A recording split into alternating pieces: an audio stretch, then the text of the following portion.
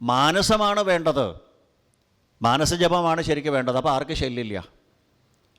അപ്പോൾ ഈ ഇന്ദ്രിയങ്ങളെ നമുക്ക് ക്ഷേത്രത്തിനകത്ത് വന്നാലും നിയന്ത്രിക്കാൻ സാധിക്കണില്ല. അത് സാധിക്കാത്ത കാലത്തോളം നമ്മൾ ഈ സംസാരത്തിൽ നിന്ന് രക്ഷപ്പെടില്ല. ഇതാണ് നമ്മൾ ക്ഷേത്രത്തിൽ വന്നാൽ ആദ്യം അനുഷ്ഠിക്കേണ്ട കടമ, നാവിനെ അടക്കുക. ഇതാണ് ചെയ്യേണ്ടത്. ഈ നാവിനെ അടക്കുക എന്ന് പറഞ്ഞാൽ വലിയ ബുദ്ധിമുട്ടാണ്. നമ്മുടെ 5 ഇന്ദ്രിയങ്ങളിൽ ഏറ്റവും അപകടകാരി നാവാണ്. ഞാൻ പറഞ്ഞില്ലേ, ആ നാവാണ് മലയാളത്തിലുള്ള സംസാരം ഉണ്ടാക്കുന്നത്, അത് സംസ്കൃതത്തിലുള്ള സംസാരം ഉണ്ടാക്കും. ആചാര്യന്മാർ രസകരമായിട്ടൊരു കഥ പറയാറുണ്ട്. ഒരു നാട്ടിലൊരു ഭാര്യയും ഭർത്താവും ഉണ്ടായിരുന്നു. എന്നും ലഹളയാണ്. രാവിലെ സൂര്യൻ ഉദിച്ചാൽ തുടങ്ങും, അർദ്ധരാത്രി വരെ ഭയങ്കര ബഹളം. നാട്ടുകാർക്ക് കിടന്നുറങ്ങാൻ വയ്യ. നാട്ടുകാർ വരെ ഇടപെട്ടു, ഭീഷണിപ്പെടുത്തി, അവരെ ഉപദേശിച്ചു, ഒരു കാര്യം ഉണ്ടായില്ല. ഒടുക്കം ആ ഗ്രാമത്തിലെ ഒരു സന്യാസി വന്നു അത്രേ. ആ സന്യാസിയുടെ അടുത്തുനിന്ന് ഇവർ പറഞ്ഞു, സ്വാമി, ഇവരെ കൊണ്ട് ശല്യം സഹിക്കുക വയ്യ, ഞങ്ങൾക്ക് രാത്രി കിടന്നിറങ്ങാൻ പറ്റില്ല, വീട്ടിൽ പൊട്ടണ ശബ്ദം വരെ വർത്താനം പറയണേ. അവരെ എൻ്റെ അടുത്തേക്ക് വിടാൻ പറഞ്ഞു. അവർ രണ്ടുപേരും ദമ്പതിമാരുടെ അടുത്തേക്ക് നിന്നു. എന്താ നിങ്ങൾ തമ്മിലുള്ള പ്രശ്നം എന്ന് ചോദിച്ചു. അപ്പോൾ ഭർത്താവ് പറഞ്ഞു, ഞാൻ പറഞ്ഞതൊന്നും ഇവൾ കേൾക്കില്ല എന്ന് പറഞ്ഞു.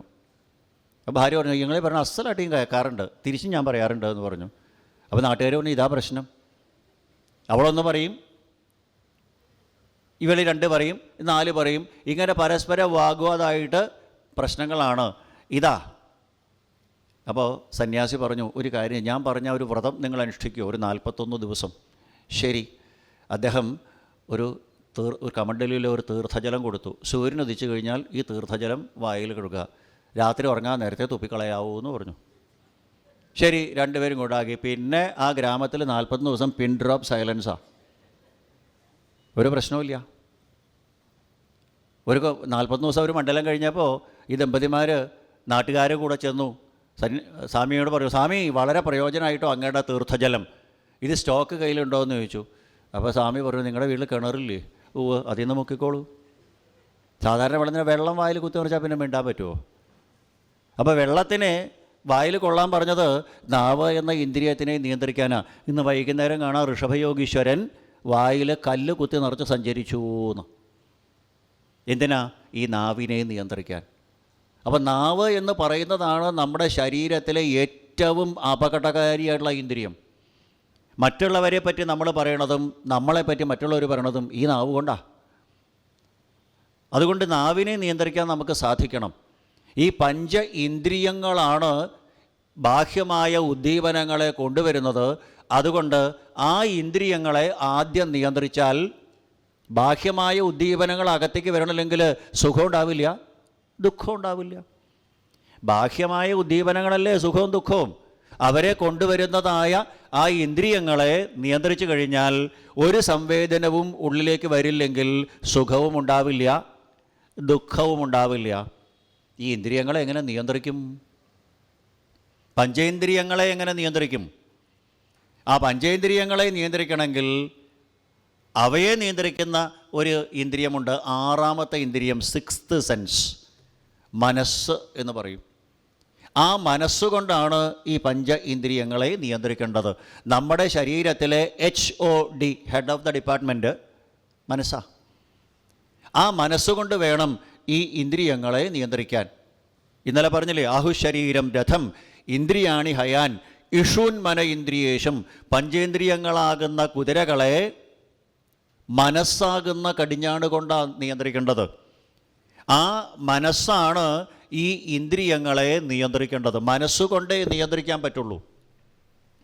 മനസ്സിനെ പറഞ്ഞ് പഠിപ്പിക്കണം. മനസ്സുകൊണ്ട് ഇന്ദ്രിയങ്ങളെ നിയന്ത്രിക്കണം എന്നുണ്ടെങ്കിൽ എന്ത് വേണം? ആദ്യം മനസ്സ് നേരെയാവണം, അല്ലേ? ഒരു ആഫീസിൽ ആദ്യം നേരെയാവേണ്ട ആളാരാ? HOD അല്ലേ? ഹെഡ് ഓഫ് ദ ഡിപ്പാർട്ട്മെൻറ്റ് നേരെയല്ല എന്ന് വെച്ചാൽ ആശാനക്ഷരം 1 പിഴച്ചാൽ 51 പിഴയ്ക്കും ശിഷ്യന്, ഉറപ്പാ. അപ്പോൾ HOD സ്ട്രിക്റ്റ് ആണെങ്കിൽ 10 മണി കഴിഞ്ഞാൽ ചുമന്ന മഷി എടുത്ത് ആബ്സെൻറ്റ് മാർക്ക് ചെയ്യുന്നുണ്ടെങ്കിൽ 9:59 സബോർഡിനേറ്റ് സ്റ്റാഫ് സീറ്റിലുണ്ടാവും. 5 മണി കഴിഞ്ഞ് പഞ്ച് ചെയ്തിട്ടേ പോകാവുന്ന അയാളെ കടിച്ച് കയറാനുള്ള ദേഷ്യം ഉണ്ടാവും, പക്ഷേ സീറ്റിൽ ആളുണ്ടാവും. അപ്പോൾ discipline should come from the top.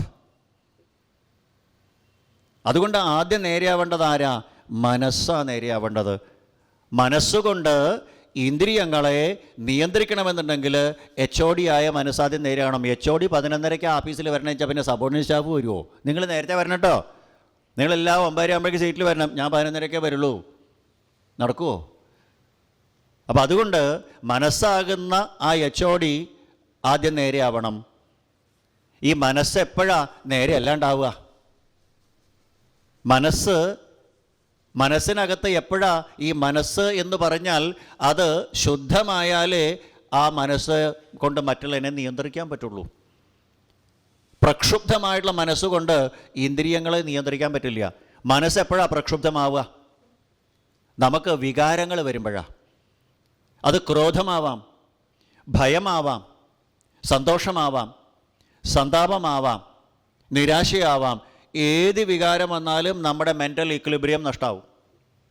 ഏത് വികാരം വന്നാലും. അപ്പോൾ ഈ മനസ്സ് എന്ന് പറയുന്നതാണ് യഥാർത്ഥത്തിൽ സുഖത്തിൻ്റെയും ദുഃഖത്തിൻ്റെയും ക്രിയേറ്റർ. മനമേവ മനുഷ്യാണാം കാരണം ബന്ധമോക്ഷയോ എന്ന് മൈത്രായണ്യ ഉപനിഷത്ത് പറയും. നമ്മുടെ മനസ്സ് തന്നെയാണ് ഈ സുഖദുഃഖങ്ങളെ ഉണ്ടാക്കുന്നത് എന്നാണ്. ഈ മനസ്സിലാണ് ഇതൊക്കെ ഉണ്ടാവണത്. ഇന്ദ്രിയങ്ങളെ നിയന്ത്രിക്കുന്ന മനസ്സിന് ഇന്ദ്രിയങ്ങളെ നിയന്ത്രിക്കാൻ പറ്റാതെ വരുന്നത് എപ്പോഴാണ്? മനസ്സ് ശാന്തമല്ലാത്തപ്പോഴാണ്, മനസ്സ് പ്രക്ഷുബ്ധമാവുമ്പോഴാണ്.